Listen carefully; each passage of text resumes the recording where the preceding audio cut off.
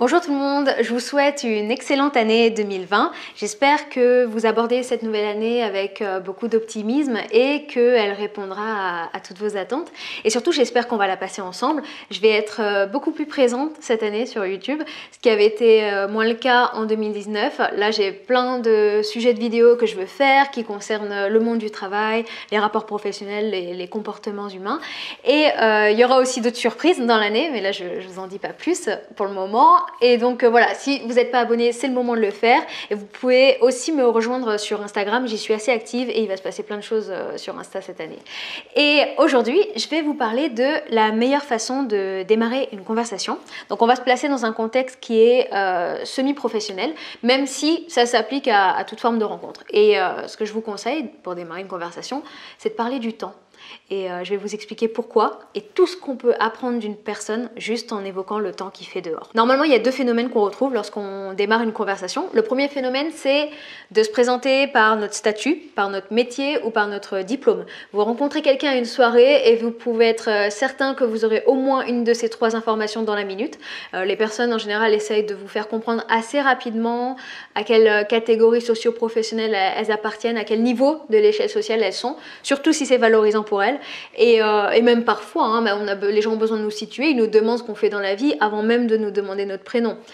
Les gens font aussi beaucoup de ce qu'on appelle le name dropping. Le name dropping, c'est donner des noms de personnes importantes qu'on connaît sans y mettre du poids pour faire un peu savoir qu'on a du réseau. Et beaucoup de personnes vont comme ça accepter assez facilement de s'effacer derrière tous ces symboles qui nous valorisent socialement. Le deuxième phénomène, c'est cette façon qu'on a de faire un peu l'étalage de notre savoir. On va se mettre à citer des grands auteurs, de parler de grandes théories. On va aussi ramener la conversation très rapidement à notre domaine d'expertise, là où on se sent confortable intellectuellement. On fait cet étalage un peu de notre savoir. Et pourquoi on fait ça ? Dans les deux cas, ce qu'on dit à l'autre, ce qu'on exprime à l'autre, c'est « ça vaut la peine que tu t'intéresses à moi ». Et pour ça, en fait, on va faire des démonstrations de notre intelligence. Alors, l'intelligence, parce que les gens cherchent toujours le respect. Et l'intelligence, c'est la valeur la plus respectée dans notre société. C'est un peu la finalité. Hein. Si vous observez des personnes qui se sont hissées assez haut, elles cherchent le respect et par ça, en général, elles passent par l'expression de leur intelligence. Même Kim Kardashian veut devenir avocate parce qu'elle s'est hissée par d'autres choses et maintenant, elle veut se faire respecter. La caractéristique ultime de respect, c'est l'intelligence. Et avant, c'était le physique et maintenant, ça passe par l'intelligence ou plutôt par les substituts à l'intelligence. Ces substituts, ça va être l'argent, le pouvoir, le réseau, notre position sociale. Dans notre société, on assimile l'intelligence d'une personne à sa position sociale, à sa richesse, avec cette idée un peu inconsciente que celui qui a fait fortune ou qui a telle position sociale serait forcément brillant, ce qui n'est pas forcément le cas. Ou que si telle personne fait partie de son réseau, c'est que ça doit être quelqu'un d'intéressant. Ou bien encore, on assimile l'intelligence à la somme de connaissances qu'une personne a, ou bien à son diplôme. Le diplôme, c'est ça, hein. La valeur du diplôme dans notre société, c'est de dire cette personne a autant de connaissances sur un domaine. Et ça, en fait, ce sont des conceptions de l'intelligence qui nous ont été transmises dès l'enfance. Ce sont des conceptions, je pense pas que l'intelligence. Je ferai une vidéo sur l'intelligence si ça vous intéresse. Mais voilà, quand on est enfant, on a tous entendu des adultes nous dire « Ah, cette personne, elle est brillante », et juste derrière dire « Elle a tel diplôme, elle vient de telle école », ou vous parlez de son patrimoine. Et l'école aussi, elle nous transmet cette idée. Donc on a créé tout un système hiérarchique social qui se fonde sur ces substituts à l'intelligence. Et donc la majorité des conversations, elles démarrent de cette façon. On fait un peu l'étalage de notre savoir, de notre position sociale, de notre pouvoir, et on s'empresse un peu de transmettre cette information en général. Mais c'est une erreur de commencer les conversations comme ça. Je pense que plutôt que de démontrer votre intelligence, utilisez-la. Démontrer son intelligence, c'est ce que je vous disais, c'est hurler à son interlocuteur qu'on a envie qu'il s'intéresse à nous, qu'il nous trouve intéressant, qu'il nous estime, qu'il nous considère comme important, qu'il considère qu'il peut nous consacrer un peu plus de temps à discuter, parce qu'on a tel statut, parce qu'on a tant de personnes en dessous de nous, parce qu'on a tel diplôme. Et moi je pense que le small talk, qui est tant dénigré, a cette vertu de pouvoir utiliser son intelligence plutôt que d'en faire l'étalage. On doit savoir se présenter, c'est important, mais chaque rencontre n'est pas un entretien et on n'est pas obligé de faire la liste de tous nos accomplissements à chaque fois qu'on rencontre une personne. Et tout à l'heure, je vous disais que la meilleure façon de commencer une conversation, c'est de parler du temps qu'il fait.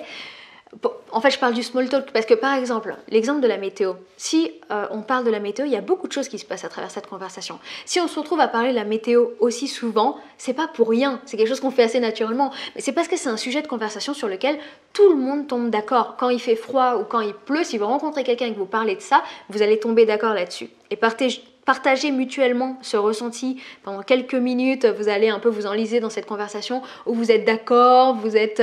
voilà, c'est une émotion agréable qui se crée dans cette conversation et ça va être une base positive. C'est un terrain favorable avec des micro-connexions et des sensations agréables. Et c'est la façon en fait la plus simple de tomber d'accord avec quelqu'un et de se connecter émotionnellement que de parler du temps qu'il fait. Et il y a plein d'autres sujets comme ça qui font partie du small talk. Le second aspect à ça, par exemple, pour l'exemple de la météo, c'est que souvent à travers la météo, c'est aussi notre état d'esprit qu'on exprime. La façon dont on se positionne vis-à-vis du temps, c'est un reflet de notre état d'esprit. Par exemple, s'il fait très chaud, certaines personnes vont adorer qu'il fasse beau et d'autres vont dire ça me ramollit, puis ça m'étouffe. Mais il y a de fortes chances que la personne se sentait déjà ramollie bien avant la période de chaleur et que la météo, c'est un prétexte derrière lequel elle peut se cacher pour exprimer ce qu'elle ressent. Comme quelqu'un qui dit qu'elle est déprimée parce qu'il y a un mauvais temps, il pleut. En fait, cette personne était déjà déprimée.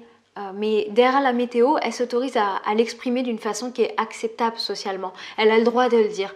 Et parce que, en fait, une personne qui va bien, qu'il pleuve, qu'il vente ou qu'il neige, elle ira bien. Elle ne dira pas qu'elle déprime à cause du vent qui est en train de souffler. Et en fait, connaître l'état d'esprit d'une personne, c'est la base d'un échange. Parce que l'état d'esprit, c'est ce qui a la plus grande influence sur ses agissements et ses réactions.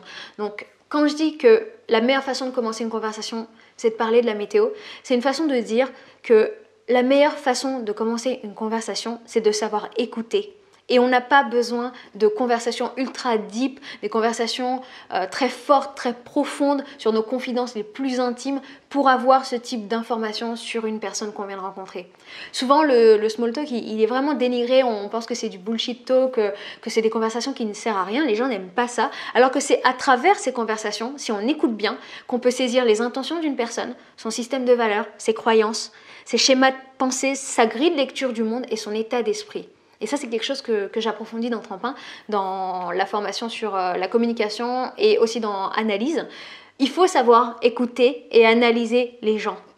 Parce qu'ils nous disent beaucoup de choses en général dans les premières minutes d'une conversation. Et ça, quel que soit le thème abordé. Et ils nous en disent plus dans le small talk que dans des conversations profondes. Parce que dans des conversations profondes, on a des informations qui sont factuelles. Mais dans le small talk, on a des véritables informations qui sont presque inconscientes. Et c'est pour ça que c'est quelque chose qui se fait en entreprise, quelque chose à maîtriser et pas juste le voir comme du bullshit talk. C'est du bullshit talk si vous ne savez pas l'analyser. Il faut savoir écouter ce qu'il y a derrière les mots et les conversations les plus basiques. Et là, alors, vous ne faites pas l'étalage de votre intelligence, mais vous l'utilisez, cette intelligence, pour mieux comprendre les gens. Donc voilà, j'espère que cette vidéo vous a plu et je vous dis à très bientôt pour la prochaine vidéo. Elle arrivera dans quelques jours et d'ici là, portez-vous bien et on se retrouve sur Instagram.